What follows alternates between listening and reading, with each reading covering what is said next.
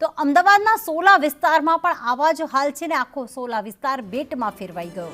સોલા વિસ્તારમાં ઘૂંટણસમાં વરસાદી પાણી ભરાયા છે। વરસાદી પાણીનો નિકાલ ન થતા લોકોમાં ભારે રોષ। પાણીનો નિકાલ ન થતા વાહનો બંધ થતા હાલાકી પડી રહી છે। પહેલા જ વરસાદે શહેરીજનોની હાલત કફોડી કરી નાખી છે।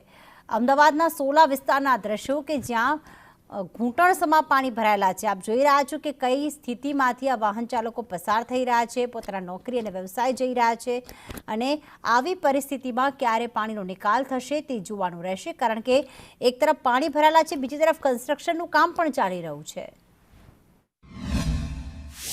અમદાવાદના વરસાદ બાદ વાતાવરણમાં તો ઠંડક પ્રસરી છે, પરંતુ પ્રથમ ચોમાસે જ લોકોએ પાણીમાં પરેશાનીનો સામનો કરવો પડી રહ્યો છે। સીધા જ દ્રશ્ય અમદાવાદના સોલા વિસ્તાર પાસેના જોવા મળી રહ્યા છે કે જ્યાં ઘૂંટણસમાં કેડસમાં પાણી ભરાવાના કારણે વાહન ચાલકોએ દર વર્ષે આ પ્રકારે હાલાકીનો સામનો પારાવાર કરવાનો વારો આવતો હોય છે। દર ચોમાસે આ પ્રકારની સ્થિતિ હોય છે। વડીલ, કેટલા સમયથી આ સમસ્યા છે? દર વખતે આ હાલાકીનો સામનો અહીંયા લોકોએ કરવાનો વારો આવતો હોય છે? ઘણા સમયથી બહુ હાલાકી પડે, નોકરીનો ટાઈમ હોય અને બહુ તકલીફ પડે એમ।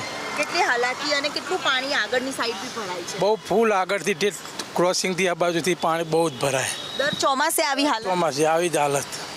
નોકરિયાત વર્ગોએ કેટલી હાલત? બહુ જ તકલીફ પડે। તંત્રને શું રજૂઆત કરશો? તંત્ર ક્યાં સોલ્યુશન લાવવાનું? એક તરફ વાતાવરણમાં તો ઠંડક પ્રસરી ઠંડક તો પસરી પણ મુસીબત ઘણી જરૂર। એટલે વાતાવરણમાં તો ઠંડક પ્રસરી છે, પરંતુ વરસાદી પાણીનો નિકાલ નથી થતો અને લોકોએ હાલાકીનો સામનો અને મુસીબતનો સામનો કરવાનો વારો આવ્યો છે। જો કે તંત્રને અથાક રજૂઆતો પણ કરવામાં આવી છે।